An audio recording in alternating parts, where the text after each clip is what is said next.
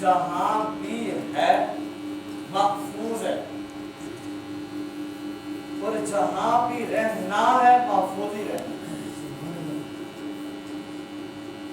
ہر چیز کی حفاظت اگر بندے کا قیمتی چیز ہو تو وہ جان لگاتا ہے کہ میرے چیز پہ بھی ڈاکہ نہ ڈالے، میں اس کی حفاظت کروں، میں خود اس کا خیال رکھوں۔ لیکن بندہ چیز لے کے پریشان ہوتا ہے، چیز دے کے بھی پریشان ہوتا ہے کہ میں نے لیا ہے پھر بھی پریشان ہوں کہ اس کی حفاظت کیسے کروں، میں نے دیا ہے اگلے کو فکر پھر پریشان ہے کہ خامنہ نکل رہا ہے۔ اللہ نے کہا اس لیے میں نے کسی پیر وزیر مولوی کے ذمہ قرآن کی حفاظت نہیں لگایا، میں خود ذمہ دار۔ کیوں؟ جیسے قرآن کی میں حفاظت کر سکتا ہوں، کوئی بندہ اس قابل نہیں کہ قرآن کی حفاظت کرے۔ ہم قرآن کی حفاظت نہیں کر سکتے، قرآن بندے کی حفاظت کرتا ہے۔ کیوں؟ اگر ہم رات کو سو جائیں تو تیسرے سپارے کی رکوع میں سے ہم آیت الکرسی اس نیت سے پڑھتے ہیں اللہ میرا بھی خیال ہو، گھر کا بھی خیال ہو، سامان کا بھی خیال ہو۔ کیوں؟ بندہ خیال رکھنے کے قابل ہے ہی نہیں۔ قرآن کو اللہ نے خود محفوظ رکھا ہے اور محفوظ رکھے گا۔ دنیا ایک فنا ہے، آج ہیں کل نہیں ہوں گے۔ کہتے ایک مسافر جب گھر سے نکلتا ہے نا بڑے ارمان لے کے نکلتا ہے کہ گھر سے مسافر چلا دل میں ارمان تھے، آگے چلا راستے میں قبرستان تھے، قبرستان والوں کا یہی بیان تھا اے انسان ذرا سنبھل کے چل، ہم بھی کبھی انسان تھے۔ کیوں؟ میرے محبوب علیہ السلام نے خود ارشاد فرمایا کہ فتنے کی دور میں قرآن سے محبت رکھنا، قرآن سے محبت کرنا اور قرآن کو اپنے دل میں سما کے رکھنا یہ ایمان والوں کی نشانی ہے۔ ایمان ہمارا کیسا ہے؟ کبھی ہم نے ایمان پہ غور کیا نہیں؟ ہمیں جس چیز پہ یقین نہیں ہوتا اس پہ ہم سماع نہیں کرتے۔ ایک ڈاکٹر صاحب نے کہا تھا مریض سے تیرا جو مرض ہے وہ لا علاج ہے، تیرا علاج نہیں ہو سکتا، تو ہفتے کے بعد مر جائے گا۔ اس نے ڈاکٹر کی بات کو سنا، گھر میں آیا، مشورہ کیا۔ اس نے کہا ڈاکٹر نے مجھے کہا کہ ہفتے کے بعد تو مر جائے گا، تیرا جو مرض ہے وہ لا علاج مرض ہے۔ اس نے کہا کیوں نہ میں اللہ کے راستے میں نہ مر دوں؟ اس نے بستر اٹھایا، اللہ کے راستے میں نکلا، اللہ کے راستے میں وہ 4 مہینے لگا کہ گھر واپس آیا۔ جو ہفتے کے بعد مرنے والا تھا، جب واپس آیا نا، لوگ اس کو دیکھ کے بڑا پریشان ہوئے۔ اس نے کہا، ڈاکٹر نے کہا کہ ہفتے کے بعد تو مر جائے گا، لیکن تو 4 مہینے لگا کے آیا ہے۔ اس نے کہا میں تو آیا ہوں کہ یہ آپ نے سنا ہوگا، مارنے والے سے بچانے والا بڑا دوست ہے۔ اس نے کہا ٹھیک ہے، کوئی بات نہیں، چلو ہم اب ڈاکٹر کے پاس چلتے ہیں۔ لوگوں نے کہا یہ بات یہ ہے، جس ڈاکٹر نے تجھے کہا تھا نا ہفتے کے بعد مر جائے گا، ہفتے کے بعد ڈاکٹر خود مر گیا تھا۔ ایمان کی کیفیت کیا ہے کہ ہم نے ڈاکٹر کی بات میں یقین کر کے یہ سمجھ لیا کہ ہفتے کے بعد میری موت ہے۔ اللہ کہتے خلق الموت والحیات، زندگی موت صرف میرے ہاتھ میں، نفع نقصان میرے ہاتھ میں، صحت بیماری بھی میرے ہاتھ میں، بیٹا بیٹی بھی میرے ہاتھ میں، جس کو چاہوں عزت دوں، جس کو چاہے ذلیل کر دوں۔ اللہ نے کہا میں کسی کی ذمہ لگاتا نہیں ہوں، اور جس سینے میں قرآن کو آنا ہو اللہ میرے سینے کو چنتا ہے۔ جیسے ہم فروٹ لیتی ہیں، چن کے لیتی ہیں، گلے سڑے نہیں لیتے۔ یار میں گلے سڑے لے کے جاؤں گا، گھر میں فساد کھڑا ہو جائے گا، وہ بچہ کہے گا مجھے نہ دے، وہ کہے گا مجھے نہ دے، آخر پھر کار کیا ہوگا، نتیجہ کیا نکلے، گلا ساڑی مجھے کھانا پڑے گا۔ تو اللہ نے کیا کہا کہ میں تمہارے سینے میں قرآن ایسے نہیں رکھتا، میں چنتا ہوں، اور جس کے سینے میں ایمان کی محبت بٹھاتا ہوں نا، پھر اسے قرآن بھی عطا کر دیتا ہوں۔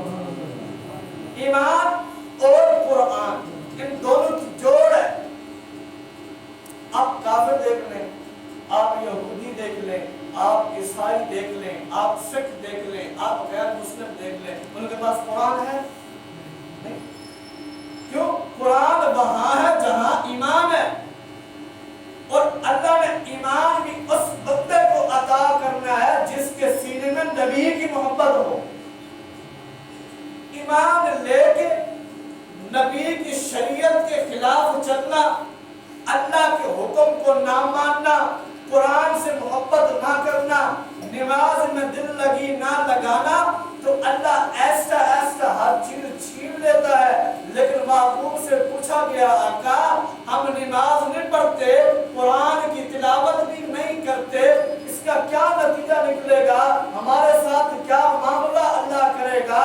تو اللہ نے جب محبوب کو یہ بتایا نا، محبوب اللہ سے مخاطب ہو کے کہتے ہیں اللہ اس پہ کچھ فرما۔ اللہ فرماتے ہیں محبوب ان کو بتا دو پہلے امتوں نے گناہ کیے ہیں، شکلوں کو تبدیل کیا، بیوی سے جدا کیا، بچوں سے جدا کیا، رشتہ داری سے جدا کیا، لیکن تیری امت یہ کام کرے گی نا، میں جدا بھی نہیں کروں گا، ساتھ بٹھاؤں گا، کھلاؤں گا، پلاؤں گا، صرف سجدے کی توفیق چھین دوں۔ پھر کیا رہ گیا؟ جب اللہ کے سامنے جھکنے کی اللہ وہ سستی کھینچ لے، پھر ہم کیا کر سکتے ہیں؟ لوگ کہتے ہیں کہ میرے پاس ٹائم نہیں ہے۔ اللہ کے بندے اللہ کو تو پسند نہیں ہے۔ اگر اللہ تجھے توفیق دیتا تو اللہ کے در پہ آ کے جھکتا۔ ایمان ہمارا اتنا کمزور ہے کہ اللہ تبارک و تعالی نے قرآن کو نازل کیا کہ کچھ سمجھو وَلَقَدْ يَسَّرْنَا الْقُرْآنَ لِلذِّكْرِ فَهَلْ مِن مُدَّكِرٍ۔ اللہ کا قرآن ارشاد ہی فرماتا ہے کہ قرآن کو میں نے آسان بنایا لوگوں کو سمجھنے کے لیے، کہ کچھ سمجھو اور سوچو کہ جس قرآن کے اندر پہلے نبیوں کے جو پیغامات ہیں، واقعات ہیں، ان کی امتوں کے ساتھ اللہ نے جو کچھ کیا قرآن میں موجود ہے۔ قرآن کھول کے پڑھ کے سن کے جس بندے پر اس ایمان کی کفریت کا ڈنڈورا نہ چلے کہ میں نے کچھ بھی نہیں کرنا، تو اس بندے کی ایمان کا عالم کیا ہوگا؟ ایمان ہم سمجھتے ہیں کہ لا الہ الا اللہ محمد رسول اللہ، یہ صرف فرضی ہے، ہم نے کلمہ پڑھا، مسلمان کی لسٹ میں داخل ہوئے، مگر کام مسلمان ہو رہا ہے بھی نہیں۔ حضور فرماتے ہیں کہ میں اپنی امت کا کیا تذکرہ کروں جب اللہ کوئی جلال میں ہوگا محبوب تو سفارش کرنے کے لیے آیا ہوا ہے. یہ رشتہ داری کیا ہے؟ ہم اپنی رشتہ داری کو کبھی دیکھا ہے؟ اللہ نے جس وقت اس رشتہ داری کو پیدا کیا بنایا نا، رشتہ داری نے اللہ سے بات کی، کہا اللہ تو مجھے رشتہ داری میں داخل کر رہا ہے، یہ میرا پمار نہیں رکھ سکتے، یہ مجھے سنبھال کے نہیں رکھ سکتے، ان کے اندر فساد ہی فساد پیدا ہو جائیں گے. اور جب بھی کوئی بات آئے گی اور یہی کہیں گے فلاں رشتہ دار نے ہمیں خراب کیا. اللہ نے بھی رشتہ دار کو کہا پریشان نہ ہو، میں تجھ سے معاہدہ کرتا ہوں. اللہ رشتہ دار سے معاہدہ کیا کر رہا ہے؟ اللہ فرماتے ہیں رشتہ دار پریشان نہ ہو، جو تجھے جوڑے گا اس کو میں اپنے سینے سے لگاؤں. جو تجھے جوڑے گا اس کو اپنے سینے سے لگاؤں گا، جو تجھے توڑے گا اسے عذاب عطا کروں. اب جس رشتہ داری پہ اللہ خود رشتہ داری سے وعدہ کرے، رشتہ داری نے کہا اللہ یہ بات ٹھیک ہے، جو مجھے جوڑے تو اپنے سینے سے لگا، بلندی عطا فرما، اور جو مجھے توڑے اس کے دل کو تباہ ہو کر معاف فرما. ہم کیا کہتے ہیں؟ رشتہ داری کو توڑو، محبوب فرماتے ہیں نہیں، جوڑو.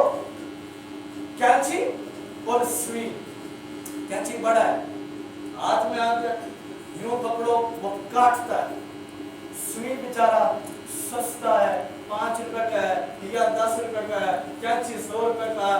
کینچی ہے مہنگا پر توڑتا ہے، سوئی ہے سستا پر جوڑتا ہے. محبوب کیا فرماتے ہیں؟ سوئی بنو، کینچی نہ بنو. رشتوں کو توڑنا نہیں، رشتوں کو جوڑنا ہے. جب حضرت عثمان غنی رضی اللہ تعالیٰ عنہ کے محبوب نے اپنے بیٹی عطا کی، 2 بیٹیاں، کیسے محبوب نے ان کو رشتہ دیا، انہوں نے رشتوں کا پامال رکھا، رشتوں کا لاز رکھا. چاہے بیٹی عثمان کو دی، چاہے بیٹی علی کو دی، چاہے ابو بکر نے بیٹی نبی کو دی، چاہے عمر نے بیٹی نبی کو دی. اللہ نے ان رشتوں کو کیسے جوڑ کے رکھا ہے. جو نبی عثمان کو 2 بیٹیاں دے، عثمان پھر بھی رنج و غم میں نہیں ہوتا کہ نبی کی بیٹی اس کے گھر میں آ جائے. اللہ اس کو بھی قرآن بنا دیتا ہے کہ ایک مقام پہ جب سارے صحابہ سارے ساتھ بیٹھے تھے، 1400 صحابہ بیٹھے تھے، اور حضرت عثمان غنی مکے میں گئے ہوئے تھے مشرکوں اور کافروں سے ملنے کے لیے کہ ہمیں ایک دفعہ حج عمرے کی اجازت دیا جائے. لیکن وہ کافر مشرک ایسے تھے، انہوں نے کہا عثمان تو نے ہم پہ بہت بڑے احسان کیے ہیں، تجھے اجازت دیتے ہیں تو رج کے طواف کر، تجھے اجازت دیتے ہیں تو حجر اسود کے بوسے لے، تجھے اجازت دیتے ہیں تو صفا مروہ کی دوڑ کر. حضرت عثمان کہتی ہیں وہ میرا عمرہ کیسے مکمل ہو سکتا ہے، وہ میرا ایمان کامل ہی نہیں ہو سکتا جس ایمان میں میرا کملی والا بھی نہیں ہو سکتا. کیسے ہو سکتا ہے نبی کے بغیر؟ صحابہ سارے ساتھ جب بیٹھے تھے نا تو ایک شخص نے کہا عثمان موج کر رہا ہوگا، عثمان حجر اسود پہ بوسے لے رہا ہوگا، عثمان صفا مروہ کی دوڑ میں ہوگا. اور حضور فرماتی ہیں میرے صحابہ پریشان نہیں ہونا، میں وہاں نہیں ہوں. اور عثمان کیا کہتی ہیں؟ نبی یہاں نہیں. نبی کے بغیر عمرہ کرنا صحابہ کی شان کے خلاف ہے. جس نبی کی نسبت سے ان کو ایمان ملے، جس نبی کی نسبت سے ان کو عظمت ملی، جس نبی کی نسبت سے اللہ نے ان کو اتنا بڑا شان دیا، 1445 سال ہو گئے ہیں، آج قرآن میں ستاروں کی طرح چمک رہے ہیں. کیسے چمک رہے ہیں؟ قرآن کیا کہتا ہے کہ لَقَدْ رَضِيَ اللَّهُ عَنِ الْمُؤْمِنِينَ إِذْ يُبَايِعُونَكَ تَحْتَ الشَّجَرَةِ فَعَلِمَ مَا فِي قُلُوبِهِمْ وَأَنزَلَ السَّكِينَةَ عَلَيْهِمْ فَأَصَابَهُمْ فَتْحًا قَرِيبًا.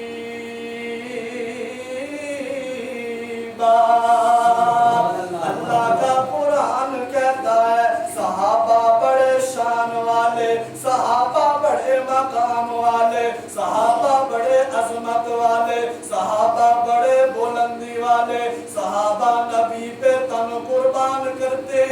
من بھی قربان کرتے ہیں، آل بھی قربان کرتے ہیں، اولاد بھی قربان کرتے ہیں۔ محبوب فرماتے ہیں میرے یارو پریشان نہیں ہونا، آج میں بیعت لیتا ہوں۔ معلوم یہ ہوتا ہے عثمان موجود نہیں، 1400 صحابہ سارے موجود ہیں۔ میرے محبوب ہاتھ کی ہتھیلی پھیلا کے صحابہ سے بیعت لیتے ہیں، آج عثمان کا بدلہ لینا ہے۔ میرے محبوب ہاتھ رکھتے ہیں، اوپر ابو بکر بھی ہاتھ رکھتا ہے، عمر بھی ہاتھ رکھتا ہے، علی بھی ہاتھ رکھتا ہے، معاویہ بھی ہاتھ رکھتا ہے، زبیر بھی ہاتھ رکھتا ہے، سارے صحابہ ہاتھ رکھتے ہیں۔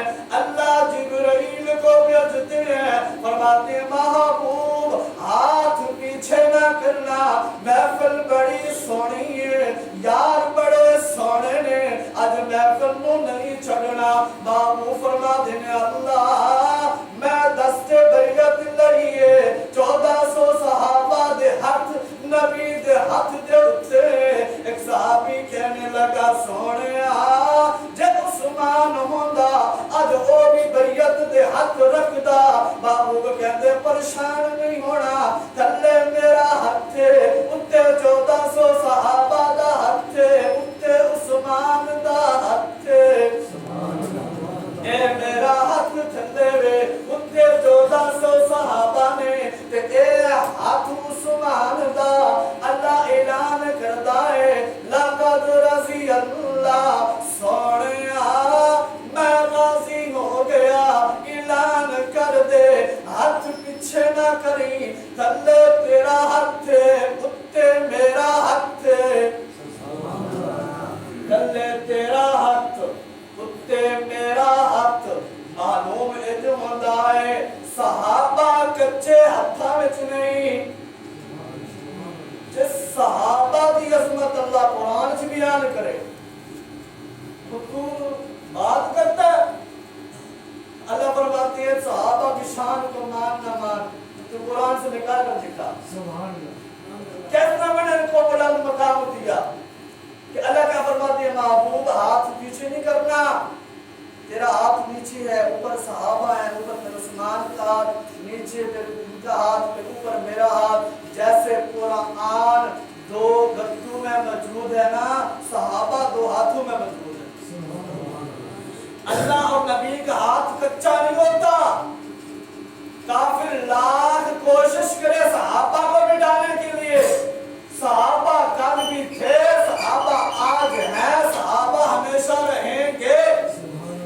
قرآن سے کوئی صحابہ کو نکال نہیں سکتا۔ ارے اللہ کے بندے، مکہ ہو نبی کے پیچھے صحابہ نظر آتی ہیں، مدینہ ہو نبی کے پیچھے صحابہ نظر آتی ہیں، چاہے وہ جنگ کا میدان بدر ہو، احد ہو، خندق ہو، دریا اسنا ہو، پھر بھی صحابہ نظر آتی ہیں۔ جا کے دیکھ آج بھی نبی کے روئے پہ دائیں بائیں صحابہ نظر آتی ہیں۔ اللہ نے وہ ایسے نہیں سنایا، ایک نے سوال کیا محبوب اللہ یہ جتنے صحابہ ہیں انہیں سب کو کامیاب کیا، سب کو پاس کیا، لیکن دو کو آج بھی نبی کے پاس سلایا۔ اللہ نے کہا اس میں ایک راز ہے، صحابہ سارے پاس ہیں لیکن دو کو میں اس لیے آج پاس سلاتا ہوں۔ ایک کو صدیق اکبر کہتی ہیں وہ سچائی والا ہے، ایک کو عمر فاروق کہتی ہیں وہ غیرت والا ہے۔ اللہ سلانے کا مقصد کیا ہے؟ اللہ فرماتے ہیں میں نے اس لیے سلایا صدیق کو نبی کے ساتھ روزے میں، اس لیے سلایا کہ اعلان فرمایا با بین بیتی و منبری روضۃ من ریاض الجنہ، بندہ جہاں سو رہا ہے وہ جگہ جنت ہے، اور جو بندہ جنت میں ہونا اسے جنتی کہتے ہیں۔ اس لیے سلایا کہ کوئی جھوٹا نبی کے روزے میں نہ آئے، اس لیے میں نے ابو بکر کو سلا دیا جھوٹا نبی کے روزے میں نہ آئے، اور غیرت مند کو اس لیے سلا دیا تو بغیرت بھی نبی کے روزے میں۔ کیوں سلایا ہے؟ عمر سے شیطان ڈرتا ہے، آتا نہیں ہے۔ ہم اگر نبی کے روزے میں جائیں تو سامنے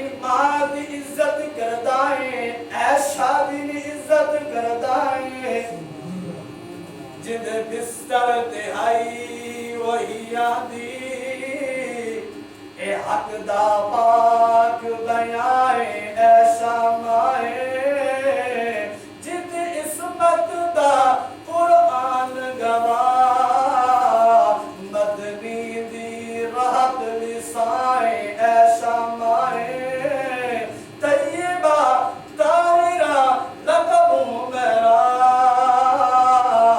ند حافظ نکتہ دائیں اے شامائیں جتے پاک نبی دا روزائیں او حجرہ جس دے نائیں اے شامائیں محبوب آج بھی اپنی ایسا کے روزے پہ آرام کر رہے ہیں اللہ نے اس حجرے کو ہی قرآن بنا دیا اور اس حجرے کو اللہ نے جنت بنا دیا اور اعلان کر دیا کہ دنیا کی پاؤں ماں کی پاؤں کے نیچے میں نے جنت رکھ دیا اولاد کو حکم دی احترام کرنا جنت قدموں میں ہے سبحان اللہ احترام کرنا جنت کہاں ہے قدموں میں ہے اور کوئی ماں ابھی تک دعویٰ بھی کر سکتی کہ میں جنت دکھا سکتی ہوں کوئی ماں دعویٰ نہیں کر سکتی کہ میں جنت دکھا سکتی ہوں امی عائشہ فرماتی ہیں آنا مدینے آنا نبی کے روزے پہ کہ حجرہ میرا ہے اللہ نے اعلان بھی کر دیا ما بین بیتی و منبری روضۃ من ریاض الجنہ یہ جگہ جنت ہے عجیب بات ایک بندہ اللہ والا نبی کے روزے پہ چلا گیا نبی کے روزے پہ چلا گیا نا اس نے اللہ سے مخاطب ہو کے کہا اللہ تو نے کہا جو جنت میں داخل ہوگا میں اس کو نہیں نکالوں گا تو نے خود کہا کہ جو جنت میں داخل ہوگا میں اس کو نہیں نکالوں گا اللہ تو نے کہا نبی کا روزہ جنت ہے میں نبی کے روزے میں کھڑا ہوں نبی کے روزے پہ کھڑا ہوں اس کے جانب کے سامنے کھڑا ہوں اور تو نے کہا یہ جگہ جنت ہے اللہ میں تو جنت میں آ گیا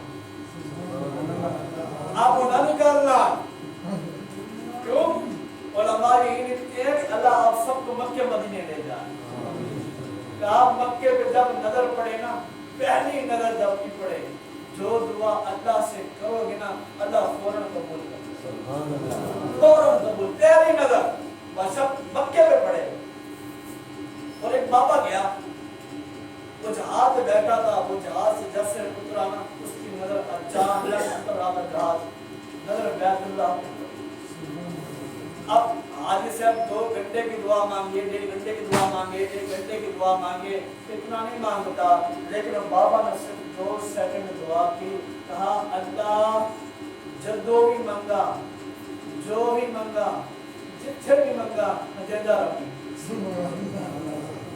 کچھ چھوڑا تھا میں نے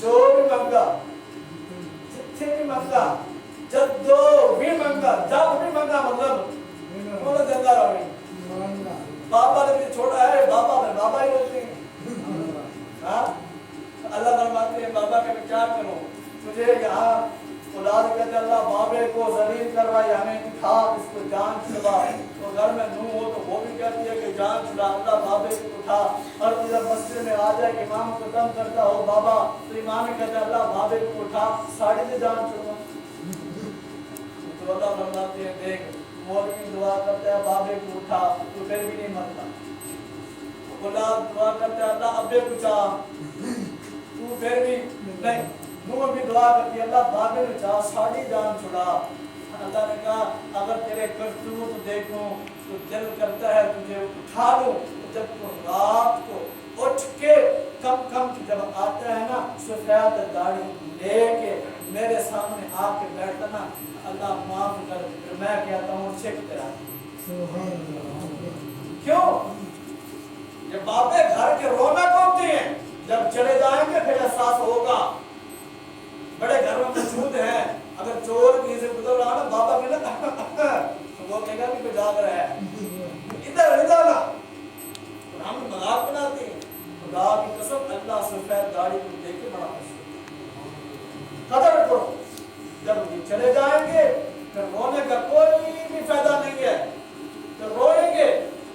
قیامت تک ایسا نہیں ملے گا. کہتے ماں باپ اللہ کی عظمت ہے، اللہ نے آپ کو دیا ہوا ہے. رشتوں میں سے سب سے بڑا افضل رشتہ ہے، ان کی قدر کریں. آج تو ان کی قدر کرے گا، کل تیری اولاد تیری قدر کرے گی. ایک بندہ اپنے باپ کو اٹھا کے کندھوں پہ نا سمندر میں لے کے جا رہا تھا. اس کا اپنا بیٹا ساتھ تھا، 8-9-10 سال کا تھا. اس نے کہا ابو دادا کو کہاں لے کے جا رہے ہو؟ بیٹا اس میں بابے نے تنگ کیا ہوا، بڑا ظلم کیا ہوا ہے، سمندر میں پھینکنے جا رہا ہوں. اس نے کہا ٹھیک ہے ابو ٹھیک ہے، تو ڈال، کل میں بڑا ہوں گا تو بوڑھا ہوگا، مجھے بھی اٹھا کے میری اولاد میں مجھے اٹھا کے ڈالے. باپ کو اس نے نیچے رکھا، پاؤں میں گرا، معافی مانگی. یہ پکی بات ہے، جیسے ماں باپ سے کرو گے ویسا اولاد کرے گا. دعا ہے کہ اللہ